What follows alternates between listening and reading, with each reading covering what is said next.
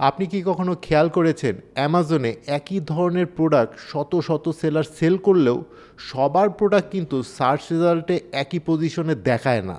কারো প্রোডাক্ট প্রথম পেজে থাকে, কারোটা সেকেন্ড পেজে, কারোটা থার্ড পেজে, আবার কারোটা খুঁজেই পাওয়া যায় না। তাহলে প্রশ্ন হলো, অ্যামাজনের অ্যালগোরিদম আসলে কোন সেলারকে বেশি প্রায়োরিটি দেয় বা পছন্দ করে? যে সেলার বেশি টাকা খরচ করে, যার প্রোডাক্টের প্রাইস কম, নাকি যার সবচেয়ে বেশি রিভিউ আছে? আসলে বিষয়টা কিন্তু অন্যরকম। অ্যামাজনের অ্যালগোরিদমের মূল লক্ষ্য হলো কাস্টমার যখন কোনো প্রোডাক্ট সার্চ করবে তখন তার জন্য সবচেয়ে রেলিভেন্ট এবং সবচেয়ে ভালো প্রোডাক্টটা তার সামনে নিয়ে আসা।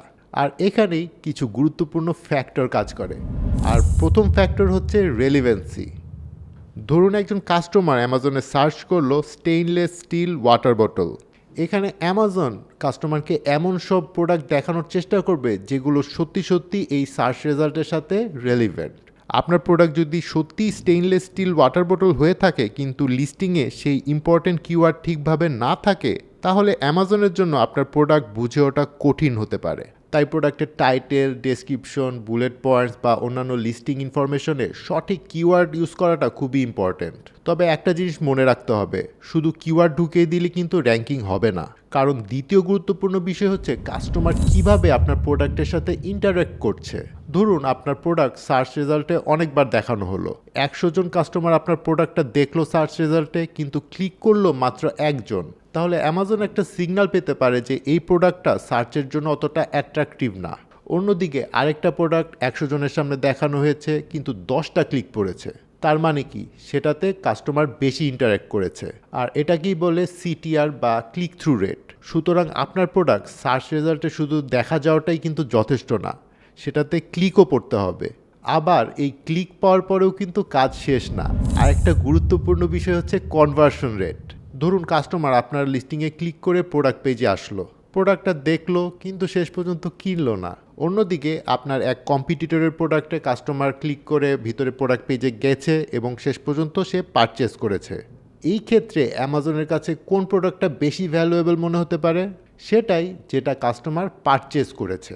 কারণ অ্যামাজনের কাছে শুধু এই ক্লিকটাই গুরুত্বপূর্ণ না, কাস্টমারের প্রত্যাশা ঠিকমতো পূরণ হচ্ছে কিনা সেটাও ইম্পর্ট্যান্ট। তাই একটা ভালো লিস্টিংয়ের কাজ কিন্তু শুধু ক্লিক পাওয়া না, ক্লিক পাওয়ার পর পারচেস হওয়া। আর একটা গুরুত্বপূর্ণ বিষয় হচ্ছে কাস্টমার এক্সপিরিয়েন্স। অ্যামাজন এমন সেলার চায় না যারা সারাক্ষণ শুধু সেলস নিয়েই চিন্তা করে।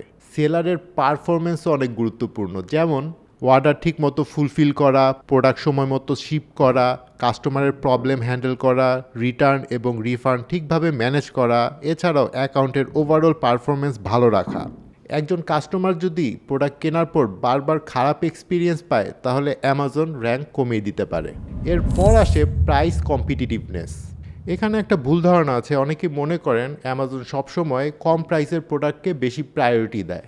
ধরুন একটি প্রোডাক্টের প্রাইস $15 আর আরেকটির প্রাইস $20, কিন্তু $20 প্রোডাক্টের রিভিউজ ভালো, ইমেজেস ভালো, কনভার্সন ভালো এবং কাস্টমার এক্সপিরিয়েন্সও ভালো। তাহলে শুধু $15 প্রাইস থাকার কারণে $20 প্রোডাক্ট যে সবসময় পিছিয়ে থাকবে এমন নয়।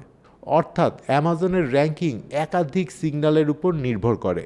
আর এখানে আরেকটি গুরুত্বপূর্ণ বিষয় হলো সেলস হিস্ট্রি এবং পারফরমেন্স ডেটা। একটা প্রোডাক্ট যদি নিয়মিত ভালো সেলস জেনারেট করে এবং কাস্টমারের কাছ থেকে ভালো ফিডব্যাক পায় তাহলে তার হিস্ট্রিক্যাল পারফরমেন্স স্ট্রং হয়। অন্যদিকে নতুন প্রোডাক্টের জন্য কিন্তু এই হিস্ট্রি থাকে না, তাই নতুন সেলারের জন্য র্যাঙ্ক পাওয়া তুলনামূলক কঠিন হয়ে যায়। আর এখানেই আসে হচ্ছে পিপিসি। পিপিসি অ্যাডভার্টাইজিং ব্যবহার করে আপনি আপনার প্রোডাক্টের সামনে ট্রাফিক আনতে পারবেন। কাস্টমার আপনার অ্যাডে ক্লিক করতে পারে এবং পারচেজও করতে পারে।